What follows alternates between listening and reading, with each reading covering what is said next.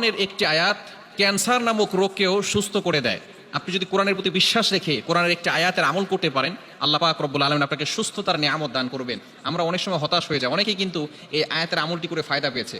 কি রোগ হয়েছে ডক্টররা ধরতে পারছে না, বিভিন্নভাবে টেনশনে পড়ে গেছে, কোনো চিকিৎসা ডক্টর দিতে পারছে না, এই কোরআনের আয়াতের আমল করে সে ফায়দা পেয়েছে, উপকৃত হয়েছে। এরকম অনেকে আছে, অনেকে আমাদের কাছে ফোন দিয়ে বলেছে।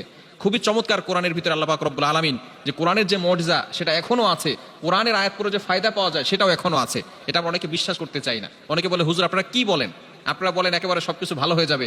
আপনি যদি কোরআনের প্রতি ইয়াকিন থাকে, বিশ্বাস থাকে, আল্লাহর প্রতি ট্রাস্ট থাকে, বিশ্বাস থাকে, অবশ্যই আপনি কোরআনের থেকে ফায়দা পাবেন ইনশাআল্লাহ।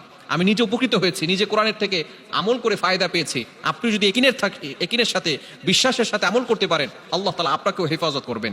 বিশেষ করে কোরআনের ভিতরে শেফা রয়েছে। আল্লাহ তাআলা পবিত্র কোরআনুল কারীমের ভিতরে নিজে বলে দিয়েছেন, 15 নম্বর পারা 9 নম্বর পৃষ্ঠার 2 নম্বর লাইন, সূরা বানী ইসরাঈলের 82 নম্বর আয়াতে আল্লাহ তাআলা বলছেন, ওয়া নুনাজ্জিলু মিনাল কোরআন মা হুয়া শিফাউ ওয়া রাহমাতুল লিল মুমিনিন।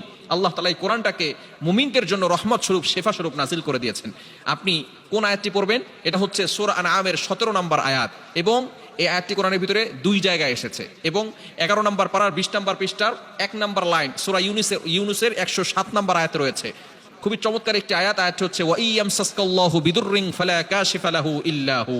এই চমৎকার একটি আয়াতের ভিতরে আল্লাহ পাক রব্বুল আলামিন বলছেন, এটা হচ্ছে আয়াতের প্রথম অংশ, ওয়া ইয়ামসাসকাল্লাহু বিদুররিন ফালা কাশিফা লাহু ইল্লা হু। আল্লাহ পাক রব্বুল আলামিন যদি কাউকে বিপদে ফেলেন, তাহলে আল্লাহ পাক রব্বুল আলামিনের এই বিপদ থেকে কেউ তাকে উদ্ধার করতে পারে না। ওয়া ইউরিদকা বিখাইরিন ফালা রাদ্দা লিফাদলি। এবং আল্লাহ তাআলা যদি কারোর জন্য দরজা খুলে দেন, তাহলে তাকে কেউ বিপদে ফেলতে পারবে না। আল্লাহ তাআলা যদি বিপদে ফেলেন, তাহলে কেউ তাকে সাহায্য করতে পারবে না। এবং আল্লাহ তাআলা যদি কারোর জন্য পথ খুলে দেন, তাহলে কেউ তাকে বিপদে ফেলতে পারবে না। এজন্য আপনি আল্লাহর উপরে ভরসা রাখেন। ওয়া ইয়ামসাসকাল্লাহু বিদুররিন ফালা কাশিফা লাহু ইল্লা হু ওয়া ইউরিদকা বিখাইরিন ফালা রাদ্দা লিফাদলি। এই চমৎকার একটি আয়াতের আমল যদি আপনি করতে পারেন, বিশেষ করে 5 ওয়াক্ত নামাজ পড়বেন, নামাজের পরে যারা অসুস্থ আছেন 100 বার পরে এই আয়াতের আমলটি করবেন। সূরা ইউনূসের 107 নম্বর আয়াত, 11 নম্বর পারার 20 নম্বর পৃষ্ঠায় রয়েছে। 20 নম্বর পৃষ্ঠার 1 নম্বর লাইন, সূরা ইউনূসের 107 নম্বর আয়াত, ওয়া ইয়ামসাসকাল্লাহু বিদুররিন ফালা কাশিফা লাহু ইল্লা হু। এই চমৎকার একটি আয়াতের আমল যদি আপনি করেন, আল্লাহ পাক রব্বুল আলামিন যত ধরনের অসুস্থতা আছে, আল্লাহ তাআলা সবকিছুই কিন্তু সুস্থ হওয়া সম্ভব। কি বলেন? আল্লাহর প্রতি বিশ্বাস আছে না নাই? আইয়ুব আলাইহিস সালাতু ওয়াস সালাম 18 বছর ধরে অসুস্থ হয়ে পড়েছিলেন।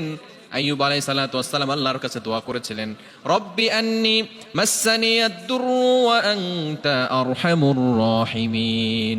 আল্লাহ পাক রব্বুল আলামিন আইয়ুব আলাইহিস সালাতু ওয়াস সালামকে 18 বছর পরে সুস্থতার নিয়ামত দান করেছিলেন। বলেন সুবহানাল্লাহ। কেন ইমাজিদের আপনি কল্পনা করতে পারছেন? আমাদের সামান্য পেট ব্যথা হলে, মাথা ব্যথা করলে, একটার পর একটা অসুস্থতা আসলে আমরা আল্লাহর কাছে অভিযোগ করে বসে, আল্লাহ কোন গুনাহের কারণে আমাকে অসুস্থতা দিলা? কত মানুষ সুদ খায়, ঘুষ খায়, অন্যায় কাজ করে, বিভিন্ন ধরনের খারাপ কাজ করে, তাদের কোনো সমস্যা হয় না। আর আল্লাহ আমি ভালো পথে চলি বলেই আমার এত ধরনের অসুস্থতা, এরকম অভিযোগ করে ফেলি।